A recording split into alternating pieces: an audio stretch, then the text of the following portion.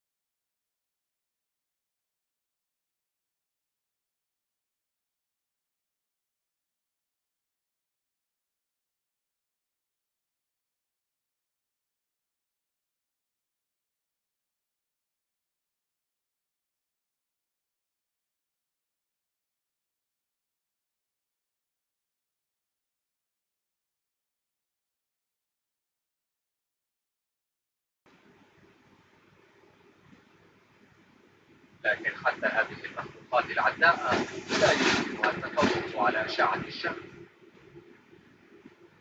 المظهر البراق للنمل هو سر بقائه.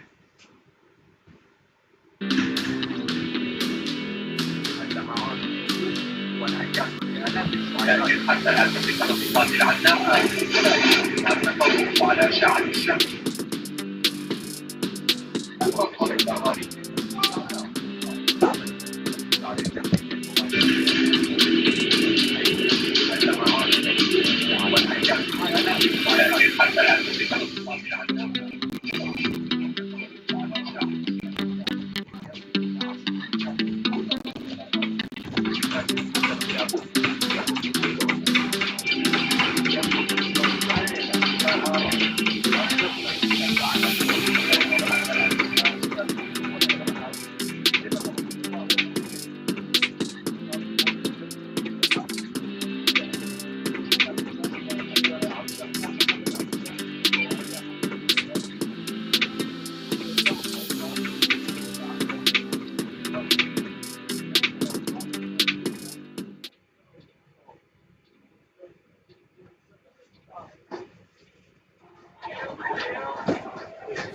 Thanks for being with us here on Live Now from Fox. All right, that's going to do it for my live time here on the desk, but not before we check in with that poll one last time this evening ahead of kickoff. And so here it is. You see it from our Live Now viewers. Right now, they're expecting with 54% of the vote that the Eagles will be the winners tonight as they take on the Cowboys in Thursday Night Football. Of course, all the excitement is there as this is the first NFL game of the season.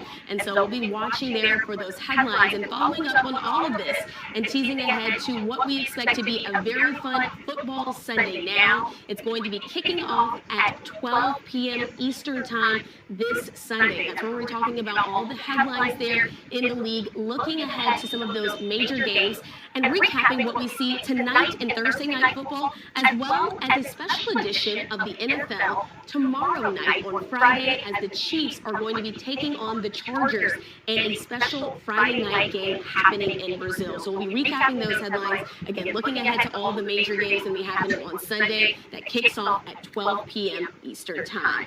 All right, we do want to go ahead and continue on here on Live Now with some of the other coverage that we've been following today. This one is going to take us out to our nation's capital. I want to show you this live vantage point we have there in Washington, D.C. Earlier today, we heard at a press conference, Hakeem Jeffries, the minority leader, was speaking and making remarks. Let's listen in.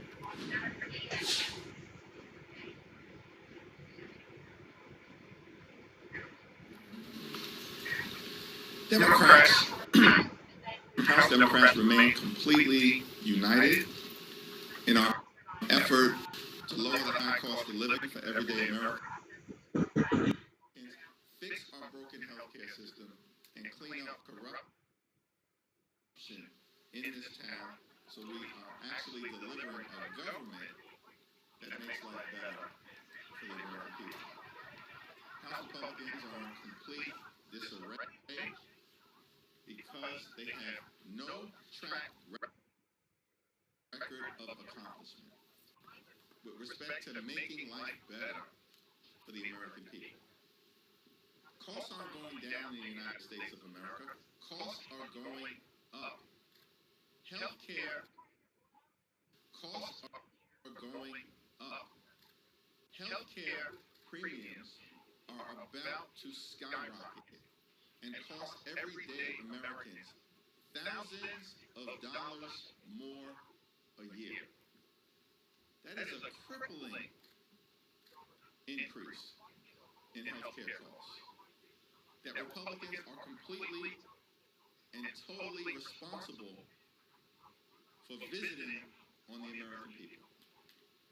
Electricity bills are skyrocketing through the roof, in part because of the damage that Republicans have done to the ability for America to generate the power that it needs connected to the one big ugly bill.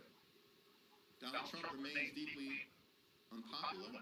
Democrats continue to win special elections all across the country.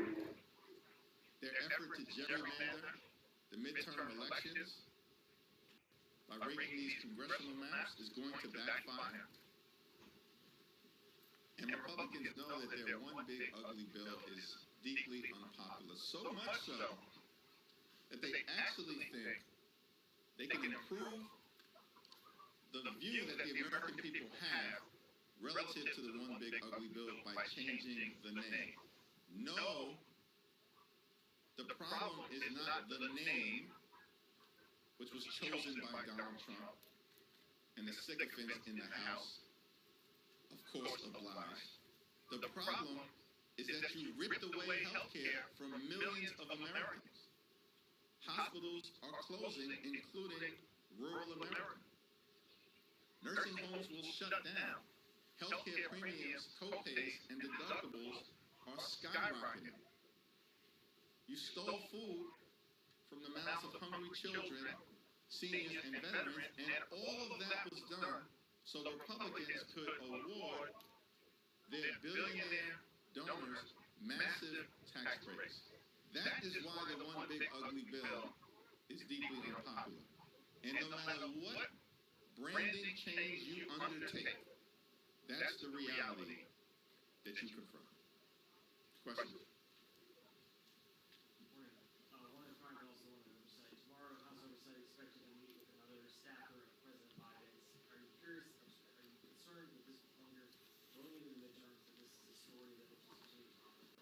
Why are Republicans so obsessed with former President Joe Biden? What does any of that have to do with the fact that costs are through the roof, the cost of living is far too high, and Republicans haven't done a damn thing about it? One of the reasons why costs continue to go up, not down, is because Republicans have shown no interest in addressing the economy and building one that actually everyday Americans can afford.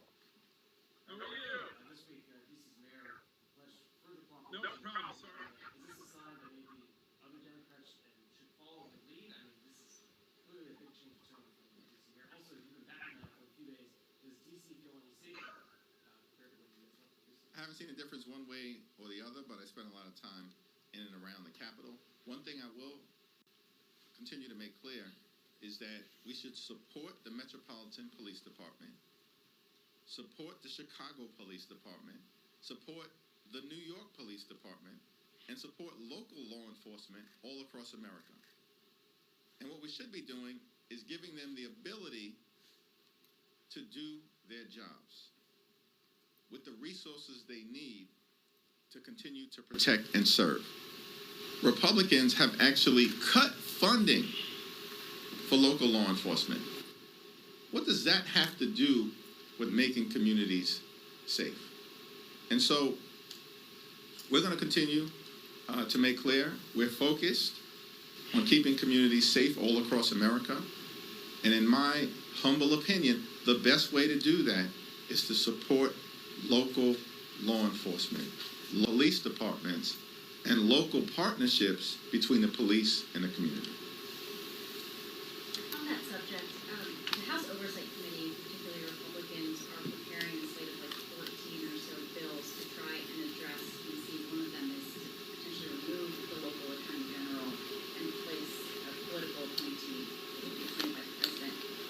How are House Democrats, as you're eyeing this develop, how are you all going to try and either prevent this, stop this, publicly look, or let the public know that this is happening? Why are House Republicans so focused on the District of Columbia when there are more than 330 million Americans all across the country, many of whom they represent, whose lives Republicans have failed to improve, whose lives Republicans have failed to make more affordable, whose lives Republicans are ruining by ripping health care away from millions of Americans and closing down their hospitals, including in rural America. It's perplexing to all of us. They have a meeting earlier this week, and they're presenting information from the White House and the Trump administration and their political folks, which makes clear that their one big ugly bill is a complete and total disaster.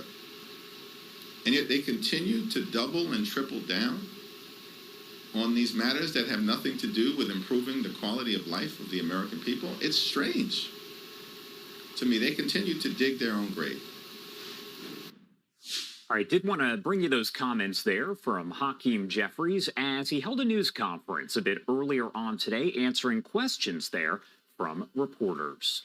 We are just past the top of the hour here, 6:03 on the East Coast and 3:03 on the West Coast. My name is Josh Breslow, and I'm here for the next several hours to bring you all of your top stories and live events from across the country and across the world. I do want to start with a story that we've been following over the past several hours here, as the U.S. has now designated two Ecuadorian gangs as foreign terrorist organizations as the Trump administration's crackdown on cartels does continue. While speaking alongside leaders in Ecuador, Secretary of State Marco Rubio explained this move will allow the U.S. to eliminate members. Now, the U.S. can also take action against their properties and banking accounts in the U.S., as well as people with ties to that criminal organization. You can see this post here from Rubio a bit earlier on today as he shook hands with the president there in Ecuador. Here is what he had to say. Today, we have designated as terrorist organizations two groups that operate here in Ecuadorian territory. One is Los Lobos, and the other is Los Choneros. We've designated them as foreign terrorist organizations, and that brings with it all sorts of options for the United States to work in conjunction with the government of Ecuador in the future to stamp these groups out. We're ready to support in this, what is, frankly, it's a war. It's a war on killers. It's a war on terrorists. These are not narco traffickers. These are narco terrorists who terrorize the countries they operate in. Our relationship with Ecuador will not simply be based on security. It will not simply be based on the fight against narco-terrorism. We also want to amplify, we want to grow an already existing and vibrant economic relationship. That was Marco Rubio there. Now, his announcement came just days after a U.S. military strike against Tren de Aragua in the southern Caribbean. That's where this video is from.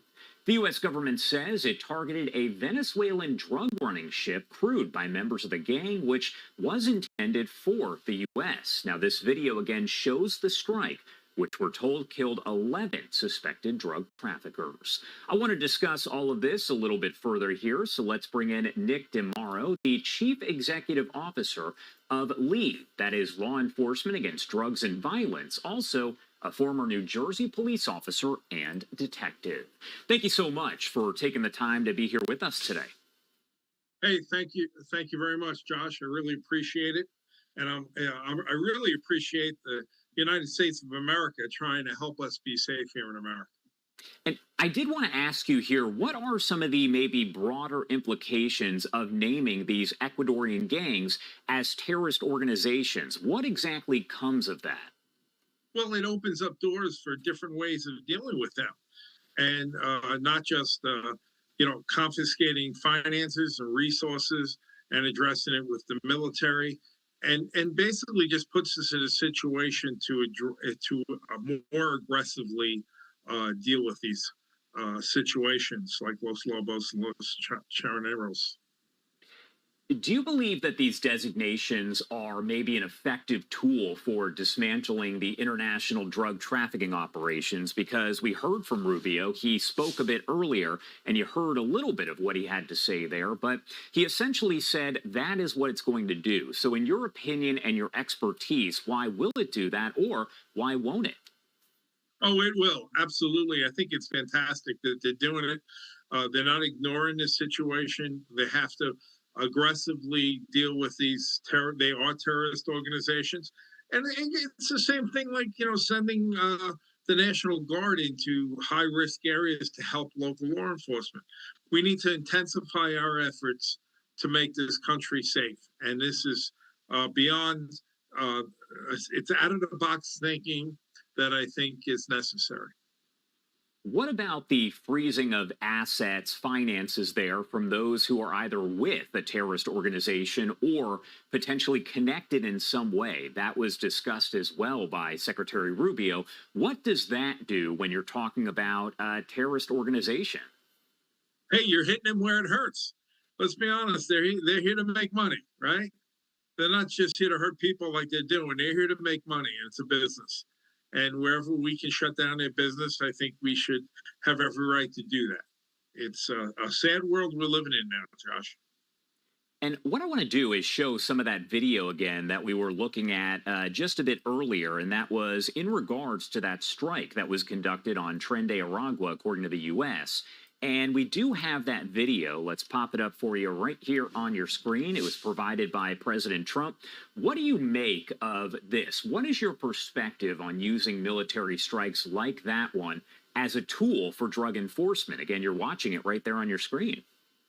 Well, let's look at how many people those 11 terrorists in our country could reach thousands and hundreds of thousands of people in this country. And I think it's the war on. It's about time it's being fought like a war, like it should be. Does the use of military force maybe set some kind of new precedent in this war on drugs, or is it maybe a continuation of the past tactics that we've seen, but just under a new label? Well, I think that they're being more creative. They're thinking out of the box. And we've done a good job over the years. The DEA is a very prestigious organization in our country, and I'm very proud to have worked with them very closely. And also, the FBI, and now with Homeland Security. But I think we need to make sure that all the boxes are checked off in this situation.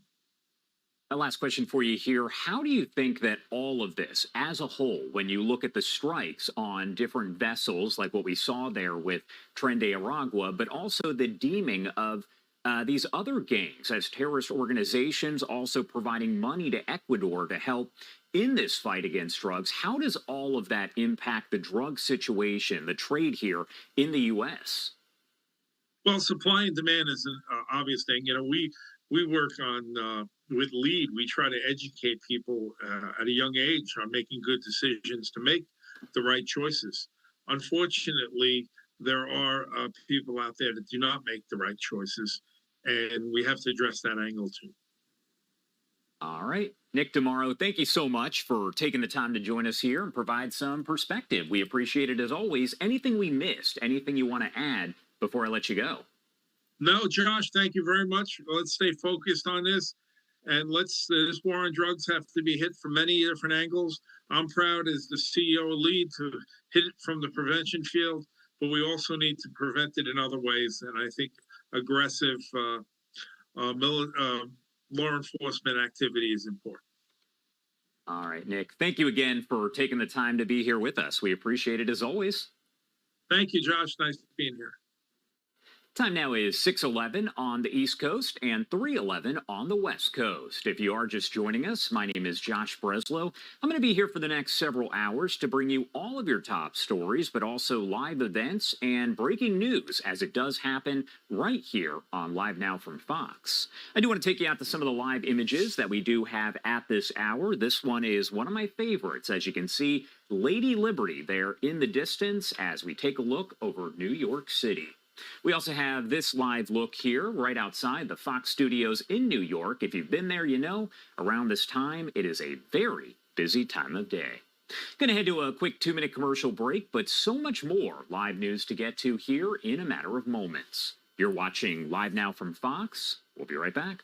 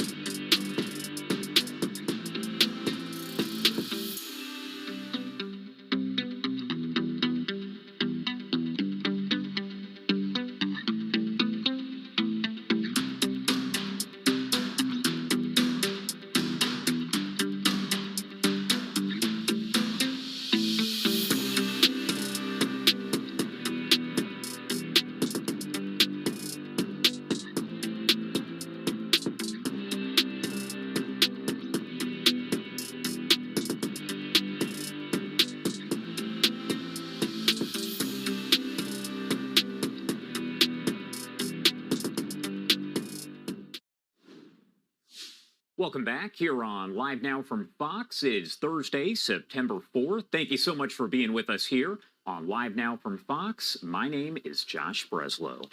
Do want to take you out to this live look over Chicago at this hour as we get to a story that we have been following very closely, and that is the city there that is now being targeted by those immigration officials. We know that preparations, according to Governor J.B. Pritzker, are being made as different tips are being provided to the public, as there are going to be several events taking place over the next several days. I do want to bring in Casey Cronus over at Fox 32 Chicago. She joins us now live with much more on that. Casey, thank you so much for being here with me. As I mentioned here, a lot of preps underway. Josh, and every September, Mexican Independence Day celebrations here in Chicago and surrounding suburbs are huge. They draw massive crowds. We're talking thousands of people who host caravans across the city, parades, and other events. Now, this typically takes place next weekend. It would be the weekend of the 13th and 14th, but these celebrations last several days. Now, this year, it feels different, though. This excitement that is typically felt across the city and suburbs has turned into apprehension, with a lot of unknown here as to when the ICE operations will ramp up and when National Guard members could be on the ground. So this afternoon, the Latino Leadership Council held a press conference at Daley Plaza downtown to share their message. They are showing a united front ahead of those festivities, saying that their heritage shouldn't be interrupted. And together, they are calling on residents to demonstrate their strength by continuing to celebrate, but by doing so responsibly and peacefully. Officials who spoke are calling President Trump's plans to ramp up ICE operations and bring in the National Guard an instigation tactic. Take a listen. We will remain calm. We will protect one another, and we will bring both our Mexican and our American flags and carry them with pride and peace as a reminder of our heritage. They are already training for riots. What riots? The riots that they want to instigate, the riots that they want to perpetuate in the city of Chicago. Do not take the bait. Despite that message, though, there has already been some cancellations. El Grito Fest, which takes place each summer in Grant Park, that includes music, food, and dancing, that has been postponed. Organizers announcing that today they need to cancel the fest. They haven't announced whether it will actually take place another time this fall. For now, just saying that they cannot risk putting community members in harm's way and do not want anyone to become collateral damage. And Casey, I did want to ask you, because there's been a lot of discussion about the areas that could potentially house these ICE agents, these immigration agents, as this enforcement gets underway. What can you tell me about that so far and what we know?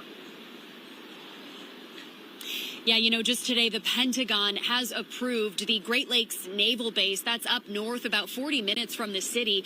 They have approved that to house ICE officers and National Guard members if they do, in fact, come to Chicago here in the coming days or weeks. That is according to the Washington Post. Now, if the president sends more forces to Chicago, that could be where they are housed. That, of course, could change as things develop. All right. Casey, thank you so much for taking the time to be here with us. I'm sure we'll check in again as we see exactly what happens this weekend. Thank you again. Thanks, Josh. And as Casey mentioned there, that news conference was held this afternoon as officials did provide more information, tips about what they could potentially see this weekend and what folks should do. I do want to pop up the audio and listen to some of those comments here for the first time on Live Now from Fox. I am Dora Cornelio, board member of the Latino Leadership Council and immediate past president of the Hispanic Lawyers Association of Illinois. Thank you for joining us today. This press conference was called today to denounce the administration, their scare tactics, and ask the residents of Chicago, don't take the bait. The Trump administration wants to use our communities to justify the unjustifiable, which is the illegal military presence in our city. No tomen la trampa. No caigan en la trampa. It is an honor to be joined here today with former Congressman Luis Gutierrez, State Senator Karina Villa, and City Clerk Ana Valencia. Your presence adds an immense value to this conference. And it is also an honor to introduce my fellow LLC member and policy co-chair, Berto Aguayo. Hello, everyone. Buenas tardes. My name is Berto Aguayo. That's Berto, B-E-R-T-O. Last name Aguayo, A-G-U-A-Y-O. And I am the Latino Leadership Council Policy Co-Chair. And I am grateful to be here with all of you and to share this simple message that we will not allow others to use our fear or our anger against us. We will not take the bait. We will know our rights. We will be protecting one another, peacefully protesting and celebrating our Mexican-American heritage. There are people in positions of power who want to provoke us to justify the unjustifiable, a military presence in our communities. But we are a resilient people. We will not play into their hands. We will not let them turn our fear or our anger against us. We will remain peaceful, united, and informed. We will ensure that people know their rights. And we also will ensure that during Mexican Independence Day festivities or protests, we will remain calm. We will protect one another, and we will bring both our Mexican and our American flags and carry them with pride and peace as a reminder of our heritage and our rightful place in this nation, that this is our home and that this is our country too. Chicago's Latino community makes up 1/3 of the metropolitan area. We are the backbone of the city's economy and culture. Our strength is in our resilience, our unity, our discipline, and our commitment to peace. We do not need troops in our streets. We need investments in our people and respect for our rights. We will not take the bait. We know our rights. We will be informed. We will be peaceful, and we will remain united. And we will be all right if we take care of one another. Thank you. Thank you, Berto. I would also like to introduce Juan Ochoa, former CEO of McPeer and Vice Chair of the Latino Leadership Council. Thank you, Dora. Thank you to all the members of the press for being here today. As a former combat veteran, it saddens me to know that military personnel could be in a position to, in some aspects, potentially dishonor their service to our great nation. As an immigrant, I can tell you that I've been telling my family that I am not going to resist if I happen to be picked up, because I fit the profile. I am who they're looking for, and they're not going to ask me if I'm a United States citizen or a former combat veteran. This is what we have been seeing. And so we're here to ask our youth to please celebrate Las Fiestas Patrias peacefully and show your patriotism. And we're asking you to carry American flags. Do not fall in the bait. Don't take the bait. No se dejen, no caigan en la trampa. Utilicen esta oportunidad para enseñar su patriotismo a este país. Como un veterano de combate, me da tristeza ver y saber que hay personal del militar que posiblemente van a deshonrar su servicio a este gran país. Bueno, en este momento me gustaría presentarles al congresista Luis Gutiérrez, a la persona más respetada para los inmigrantes en este país. Now it's my honor to introduce to you the most respected voice of immigrants, the most respected individual when it comes to immigrant issues, the Moses of the immigrant community in this nation, former Congressman Luis Gutierrez. Congressman? Thank you. Well, first of all, I'm honored to be with my friends and fellow public servants here this afternoon. We've come here to say that Donald Trump is setting a trap for us. Don't take the bait. Peaceful, nonviolent, civil disobedience is our heritage. As a man that was born in America without his full civil rights, I remember Reverend Martin Luther King gave up his life. He never picked up a pebble, a stone, never confronted anybody with an act of violence. It was always peaceful, nonviolent, civil disobedience as he conversed people together. And guess what? He sent me to Congress in 1993. Without violence, without any kind of anger in his voice, denouncing the racism that existed in our society. And today, Donald Trump wants Chicagoans. So we are here to plead with Chicago, to beseech Chicago, to ask Chicago, don't take the bait. They are already training for riots. What riots? The riots that they want to instigate, the riots that they want to perpetuate in the city of Chicago. Do not take the bait.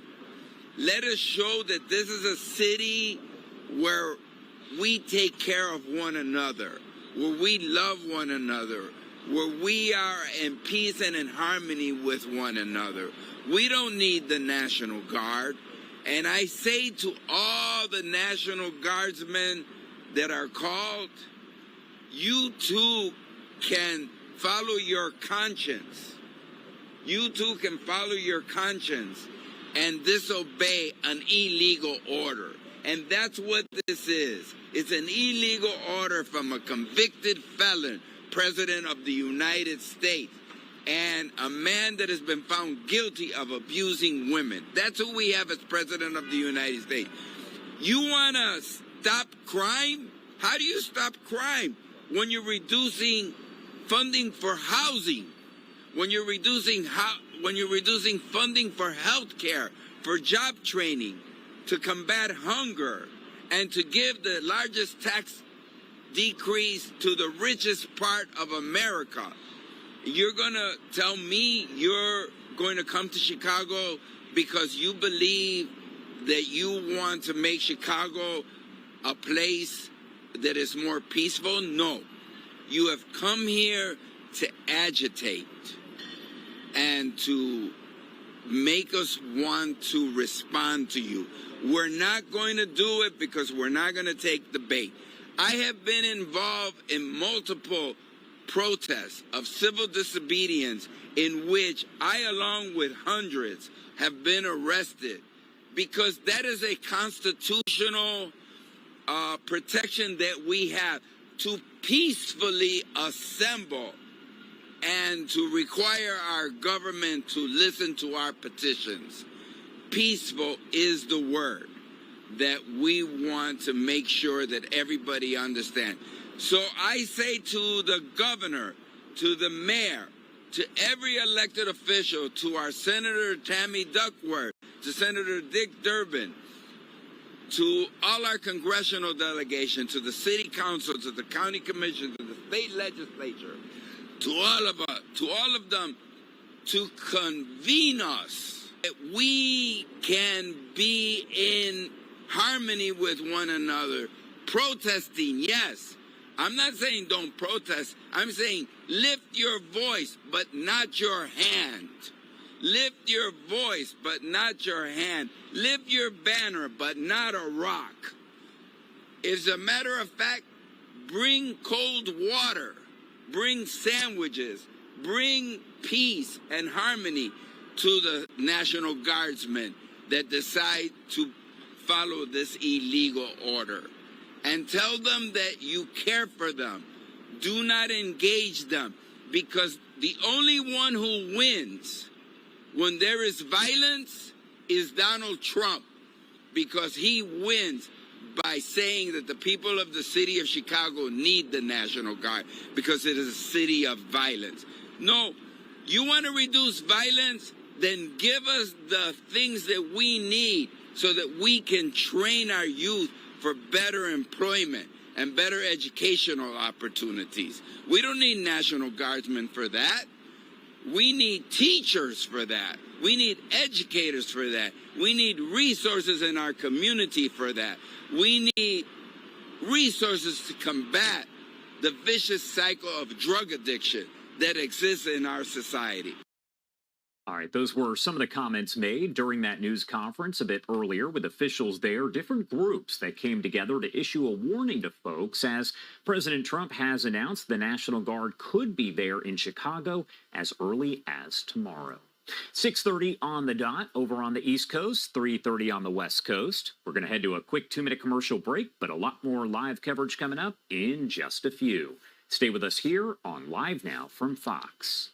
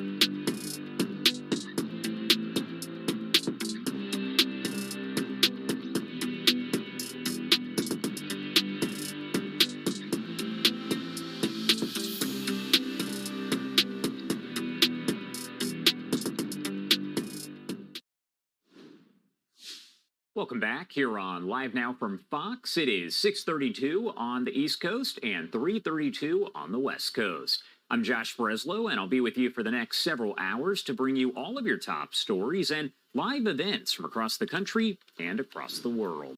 Do want to take you out to an international story that we are following right now as a confidential report by the United Nations nuclear watchdog circulated to member states and obtained by the Associated Press shows Iran increased its stockpile of uranium enriched to near weapons-grade levels before Israel launched its military attack back in June.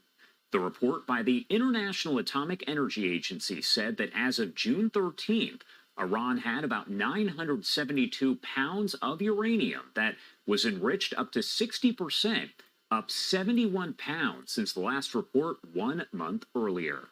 That material is a short technical step away from weapons-grade levels of 90%, and the IAEA says about 93 pounds of 60% enriched uranium is theoretically enough to produce one atomic bomb if enriched to 90%. Again, you can see that information here from the Associated Press on your screen. A lot to discuss about really what this means, so I do want to bring in Andrea Stricker, the Deputy Director of the Foundation for Defense of Democracy's Non-Proliferation and Biodefense Program. She's also a research fellow there. Thank you so much for taking the time to be here and explain exactly what all of this means. Well, thanks for having me, Josh. Of course. And first off, I want to kind of go back to basics. We have numbers here. We're talking uranium enriched to 60%, uranium enriched to 90%. Can you break all of that down in simple terms as to exactly what it means? Sure. So enriching uranium is essentially increasing the concentration of the uranium part that you do want, which is uranium 235, relative to the other part, which is U-238, in order to sustain a chain reaction. And a country enriches to a certain purity level depending on what they are trying to do with the fuel. So if you're going to fuel a reactor, you want uranium enriched between 3 and 20% to make the fuel rods. Iran was going to 60%, which is highly enriched uranium, and there was no civil use for it. And that certainly raised questions. And then once you're at 90%, as you described, you're at atomic weapons grade. And Iran was skirting right under this Western red line of 90% without going all the way over, but essentially stockpiling the 60% material, which put them days away from being able to make the weapons grade material. And this report was obtained by the Associated Press, and it was actually a report that was sent out to the member states here. So it was not supposed to be seen by the public. But anything in that report that maybe stood out to you, is that what we expected, or is there anything unusual in that report? Right. I had the opportunity to review the pair of IAEA reports. And I think what stood out most is how much the situation has changed since the 12-day war in June, the US and Israeli strikes. Iran essentially doesn't have a pathway to nuclear weapons, whereas President Trump had said that they were around a month or two away back in June. I think a couple of aspects in the report that are troubling.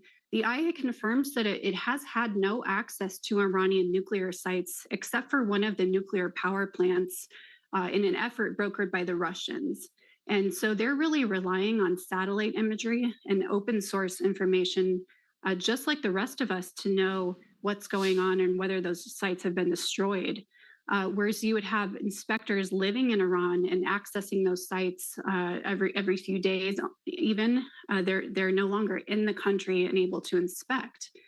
And then also, they don't know where this missing highly enriched uranium is, that 60% material.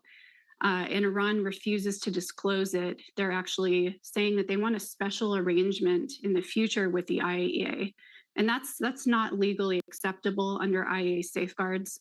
And both of these actually put Iran in violation of the Nuclear Nonproliferation Treaty. And we could see some action by IAEA member states when they meet in Vienna next week. And what we're looking at is some of the video that came in from several months ago as those strikes, the 12-day war, was officially underway. I did want to ask, at this point, do we have a clear or maybe realistic understanding of how much of Iran's nuclear program was actually set back during these strikes here, that 12-day war, or is that still kind of up in the air? Because as you talked about, Iran isn't exactly speaking with the IAEA and providing information. Right. And now they're really relying on intelligence agencies, the US and Israeli intelligence agencies, to provide that monitoring. And in the long term, that's likely not going to be sufficient. And there's concern, I think, that Iran will eventually crack down on some of these assets, and that the US and Israel could lose their capabilities or miss something. And that really puts the US and Israel in the position of having to take additional military strikes in the future if Iran is to reconstitute any of those capabilities. Now, luckily, I think that the weapons program, the pathway to nuclear weapons, has been set back for at least 2 years, barring any outside help or assistance from states like Russia, China, or North Korea. So the US and Israel did quite a bit to delay the program, to disrupt their ability to make new nuclear fuel.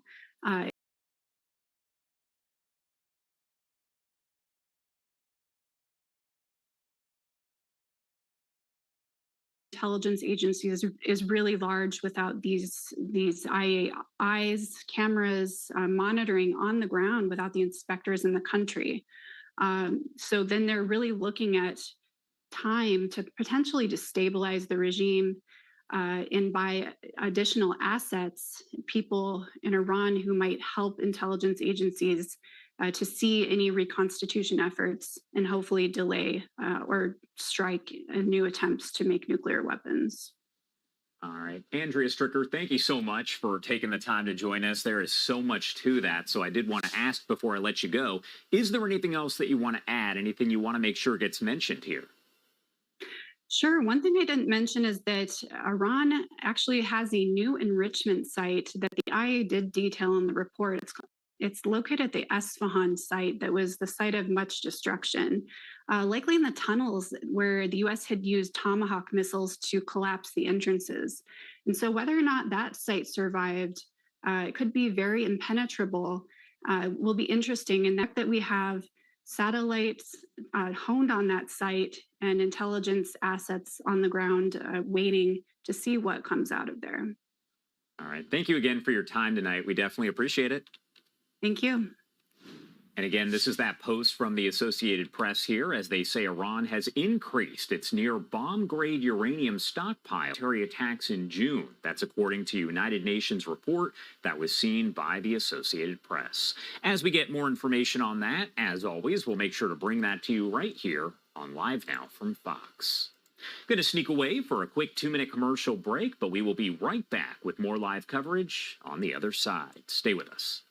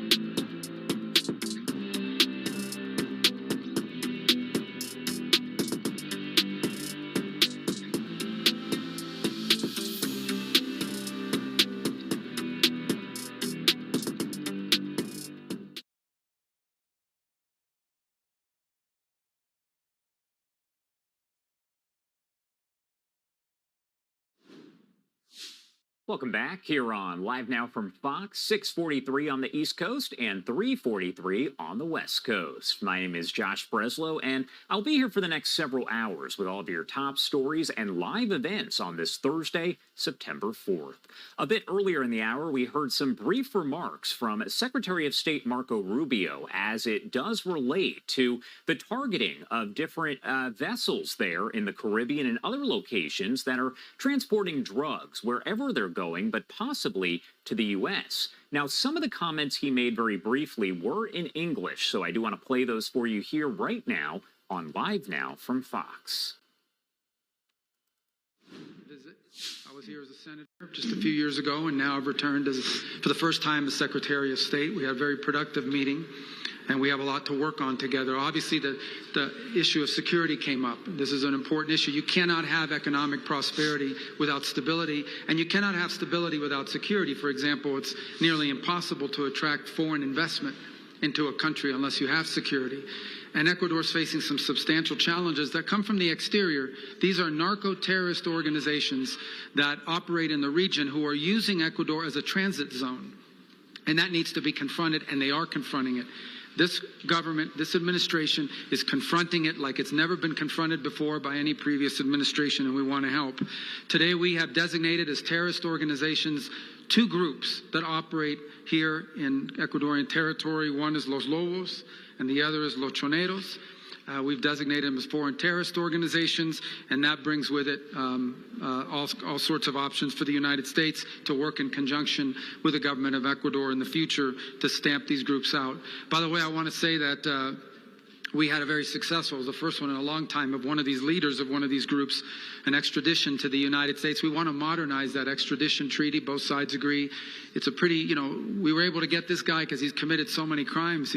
Even a law that was 120 years old fit him, but we need to modernize it, and we're going to work together on that. Today I can announce that we are going to be providing $13.5 million to help Ecuador with improve its ability to provide security for its citizens and take on the combat drugs and crime, and another $6 million in UAVs for the Navy here in Ecuador, again giving them domain awareness and the opportunity to really track these. These are all very important. We're going to do more. There's more coming, but that's an important step that we wanted to take here today, and I'm proud to announce it.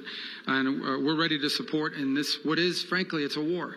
It's a war on killers. It's a war on terrorists. These are not narco traffickers. These are narco terrorists who terrorize the countries they operate in. Our relationship with Ecuador will not simply be based on security. It will not simply be based on the fight against narco-terrorism. We also want to amplify. We want to grow an already existing and vibrant economic relationship. And so we are hopeful here that in a couple of weeks we will reach agreement. We're very close now on a trade agreement that we think will be incredibly beneficial to both of our economies. In fact, our economies are very compatible. What they export, we don't do. What we export, they don't do. So it's a really good fit, and we think we're very close to that. Hopefully we'll have something positive to announce in just a few weeks. But we've made a lot of progress, and we're very close. I don't negotiate trade deals, but I follow them very closely, and I know where we are on it, and we feel very positive about that. So this is an important relationship. They're an incredibly willing partner, and I want to just say that President Noboa and his administration has done more just in the last couple years to take the fight to these narco-terrorists and these threats to the security and stability of Ecuador than any previous administration in the past. And sadly, I hate to say it, but there were previous administrations, going back 10 years that were actually cooperating with some of these terrorist organizations. And when we see someone that's willing to stand up at great risk, personal risk, broader societal risk, we're going to be 100% supportive. It's the reason for my visit today. It's the reason why we'll be working very closely with this government to achieve our mutual our goals that benefit both the United States and the great people of Ecuador. Thank you. Muchas gracias. It means that we can now, number one, go after the money, the properties, the banking system of anyone who's related to these groups. In the end, what you find is these groups are making money. That money finds its way into the U.S. or dollarized banking system. We can now go after them, and it's proven quite effective, for example, against the gangs in Haiti and in other parts of the world. The other is from an intelligence sharing standpoint. It now allows us to share intelligence that can be actioned for potentially lethal operations. And by that means the ability to kill terrorists. And now, not by us, but by the host country. Sometimes in the past, you can't provide them evidence. If they're going to use it to arrest them, yes, but if they're going to use them to go out, well, these guys don't usually go down willingly, And so, it opens up the aperture for the amount of intelligence that we can now share, which is very valuable when you're trying to wage war against these vicious animals, these terrorists. Muchas gracias. Con respecto a la pregunta que se me hizo. Thank you. Regarding the question you just asked us to the scope of this cooperation and the economic terms of our meetings, just as the Secretary of State and myself have stated, we spoke about the moment that is approaching Ecuador because we have a board meeting with the IMF. We will have the vote of the U.S. we have spoken about programs and disbursements coming up so we can have greater stability and growth in our country. These resources are extremely important to Ecuador, and they will need the support of the U.S. for that. This does not mean that we will continue working on other programs for financing projects and other mechanisms that we have been using with the U.S., such as the DFC, who finance some of our important projects in infrastructure and energy in Ecuador. Muchas gracias. La siguiente pregunta está Thank you. The question will be asked by John Hudson from the Washington Post. Gracias. Mr. Secretary, when it comes to the drug trade, Venezuela is not the most problematic country, but it is a major U.S. adversary. Should we expect smugglers coming from friendly U.S. allied nations like Mexico and Ecuador to also face unilateral execution from U.S. forces? And if so, will the administration seek authorization for the use of military force? No, you're wrong in your question. Number one, Venezuela is a major source, and the reason why is the following. And I've seen a lot of this reporting, and it's fake reporting, and I'll tell you why. It says that somehow Venezuela is not involved in the drug trade because the UN says they're not involved in the drug trade. I don't care what the UN says. The UN doesn't know what they're talking about. Maduro is indicted by a grand jury in the Southern District of New York. That means the Southern District of New York presented the evidence to a grand jury, and a grand jury indicted him. And then a superseding indictment came out that was unsealed about a year and a half ago that specifically detailed Maduro's actions. So number one, let there be no doubt, Nicolas Maduro is an indicted drug trafficker in the United States, and he's a fugitive of American justice.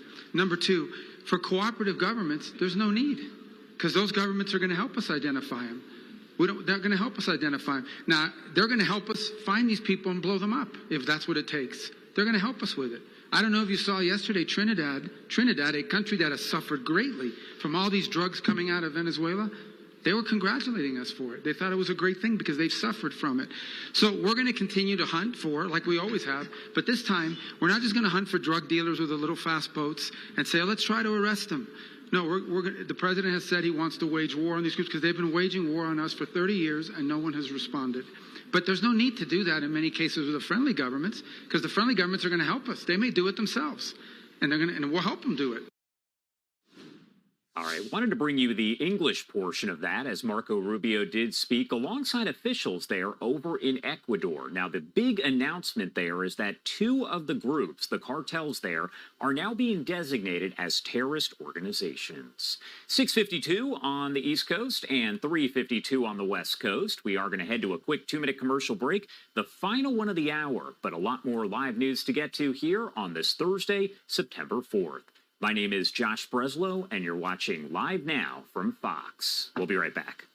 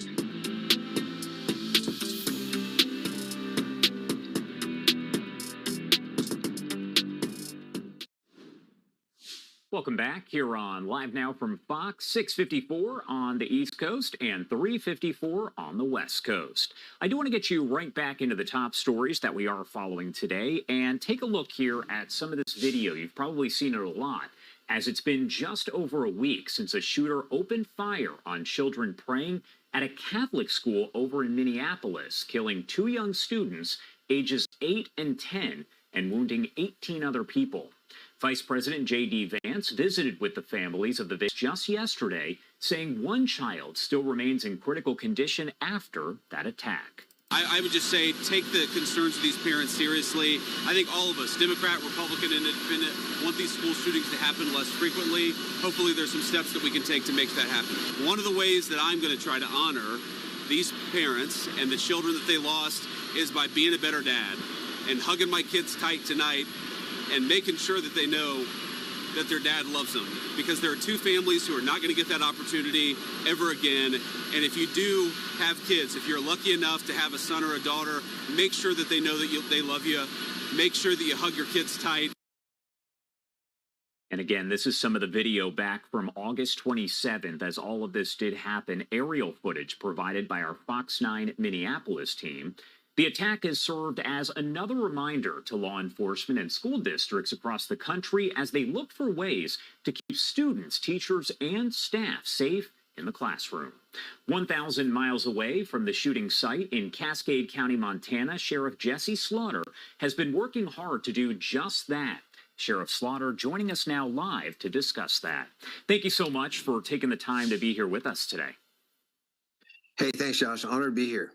And I did want to start off by asking you, when you hear about a situation like what played out there, what happened, a horrible tragedy at Annunciation Catholic School there in Minneapolis a little over a week ago, what does that tell you about school safety and what you need to be doing there? Does it resonate with you, and how? Yeah, absolutely. We're not doing enough. We're not even doing close enough. You know, government has a couple of primary functions. And number 1 is public safety. Number 2, I'd say, would be infrastructure, for example. And when we see these things happen over and over again across our country, and government doesn't actually step up and do what it actually needs to do to solve this problem, it angers me. I'm super passionate about kids. I've spent my entire career, over 25 years in law enforcement, and my focus has always been on protecting children. And I respect Vice President Vance's statement and his opinion, but the reality of it is this: these answers are very simple. And we have to harden our schools. We have to harden them by security. We have to harden them by using good technology. We have to harden them by having better communications that immediately alert law enforcement directly. We use an application in my county for that. You can't have a 911 call happen when you have violence in your school. By the time the 911 dispatcher puts in the call, the carnage has already occurred. And the bottom line, and the most important thing is, if we're going to stop these horrible, evil doers, these sickos, these absolute lunatic psychos, and that's what they are. And I don't want to hear any other excuse about it. We need a good guy with a gun to stop a bad guy with a gun.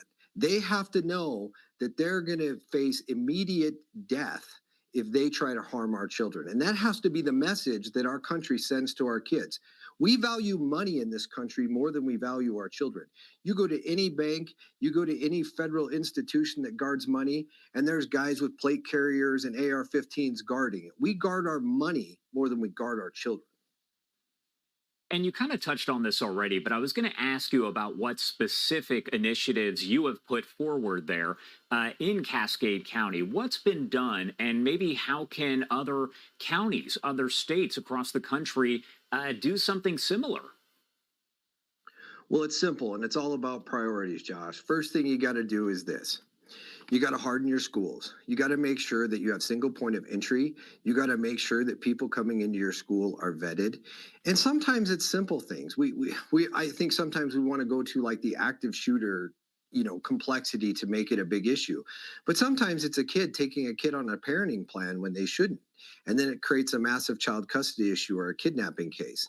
So we got to harden our schools. Single point of entry. That single point of entry has to be monitored and it has to be vetted for the people coming in and out of the school.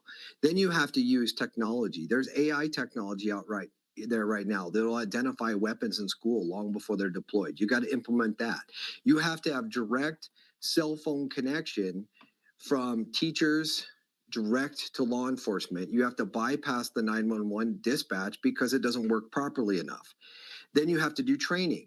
We've been doing fire drills in this country for decades and decades. And I can't remember ever seeing a child die of a fire in a school because we do drills. So we do lockdown drills, we do evacuation drills. And then again, I'm going to go back to it again. And this is the most important key. And Governor Walz proved it just 2 days ago when he decided that he was going to call back legislature after this tragic event. And his only solution he has to offer the American people for this horrible tragedy was to take advantage of this tragedy and take away law-abiding citizens' gun rights to solve it.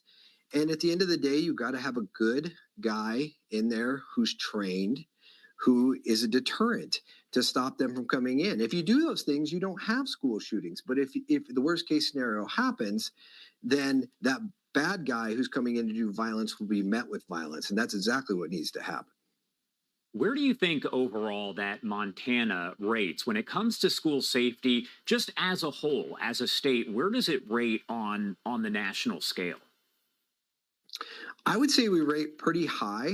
And I would say that we are proof that having gun rights and having law-abiding people exercising their constitutional rights, if you have a concealed weapon permit in the state of Montana, the only prohibited place that you cannot enter with a gun lawfully is a school. So the fact of the matter is we have constitutional carry here. We have very, very liberal gun laws in Montana, and the reality of it is we don't see these events occurring as often. And I think because the bad guys are in fear that there's going to be a parent or someone picking up a kid who's going to do harm to them, but it's not good enough. It's not good enough. And I am vigilant about this. Just because it doesn't happen frequently here doesn't mean we shouldn't do everything to make sure it doesn't. When you see something like the situation there at Annunciation Catholic School in Minneapolis, you have parents and maybe students, some of them who are concerned. So what message do you have for the folks there, the parents, the students, staff at schools across Cascade County? Get involved. Get involved. Demand that your children are guarded like our money is, that they're guarded like some of our fancy buildings in places. I mean, how many places do we go to across this country where, you're actually met with armed security? You go to casinos in Las Vegas. That's your proof right there. There's armed security everywhere in there. And yet, we're protecting money and we're protecting monetary value of thing, but we don't have the same standard of protection for our children. It's disgusting. And the problem I have with that is, as a culture and as a society in the United States of America, we have to value our children. By protecting them, we show them that they're valued. We show them that they matter. And that's what builds their self-confidence and self-esteem. And that's what lets them know that they're worthy of us spending whatever money we have to spend in this country to solve this problem. And my last question for you here before I let you go, what message do you want to get across to other law enforcement agencies and school districts that are not there in Montana, but maybe elsewhere, about why they should also implement what you're doing? Well, I'll tell you right now, I'm just going to tease this up here right now. There's more to come. We have a plan, and we have a plan to be able to take this out nationally. And I'm going to tell you right now, it's going to be a hard battle, because I know people are going to try to fight us on this. And I don't understand why, but they will. These solutions are very simple. They don't cost very much. Our governor, Greg Gianforte here in Montana, signed a paid reserve bill, which allows us to pay our reserve deputies to deploy them into our school. And we're going to implement that here soon, which is a huge cost-saving, effective measure. But we have more coming that's going to be way better. But people have to get behind it, and parents and teachers have to demand that they are worthy of being protected and that they are valued, and that every school in the country should have an armed, sworn, trained professional in the school, at least one, if not more, depending upon the size of the school. You have to create the deterrent. You know, Josh, if we do it right 10 years from now, we'll be on this same show and you'll call me back and you'll say, you know, Sheriff, why are we spending all this money on school safety? Nothing ever happens. And then I'll say, and that's exactly why it worked. And that's where we have to get in this country, and our kids got to be the priority. All right, Sheriff Jesse Slaughter there in Cascade County. Thank you so much for taking the time to join us. Anything we missed? Anything you want to add before I let you go? You know, just get involved. You know, get involved with your school board, get involved with your local sheriff, get involved with your local chief of police, and tell them that my kids deserve to be protected. And don't take no from an answer. Remember, you are the government. We work for you. And, you know, in my county, I'll tell you right now, it's a resounding, people want their kids protected. And it's because they stood up and spoke. And we need that nationwide. All right, Sheriff, thank you again for taking the time to be here. We appreciate it. Thank you, Josh. Appreciate it. And it is now 7:05 on the East Coast, 4:05 on the West Coast. We're going to head to a quick 2-minute commercial break, but we actually did get a news conference a short time ago that came in from officials there in Minneapolis. They talked about how the victims are doing after that shooting at Annunciation Catholic School. We'll bring that to you in full coming up right here after the break. Stay with us.